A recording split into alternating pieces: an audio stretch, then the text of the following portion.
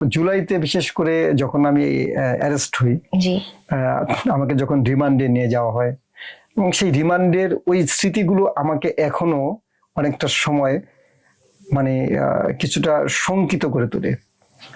আমি যখন দেখেছি যে আমাদেরকে হ্যান্ডক্যাপ পরা অবস্থায় এবং নিয়ে যাওয়া হতো, পিছনে হ্যান্ডকাপ পরিয়ে এবং চোখ বেঁধে আমাদেরকে রিমান্ডে নেওয়া যেত জেরার জন্য বিভিন্ন রুমে।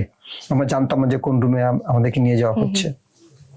এবং আমি নিজের সচক্ষে দেখেছি জমটুপি পরে, যেটা ফাঁসির কাস্টে নেওয়ার আগে যে জমটুপি পরে নেওয়া হয়, সেই অবস্থায় কিন্তু অনেকে নিয়ে যাওয়া হয়েছিল আমার চোখের সামনে দেখা ডিবি অফিসে, সেখান থেকে। তাহলে এই জায়গাগুলো আমাদেরকে এখনো আতঙ্কিত। জনির বুকে যে 14টি তাজা বুলেট আছে, সেই এগুলোর কিন্তু একটা প্রেক্ষাপট হতে হতে কিন্তু জুলাই তৈরি হয়েছে, মানুষের মনের মধ্যে ক্ষোভ হয়েছে।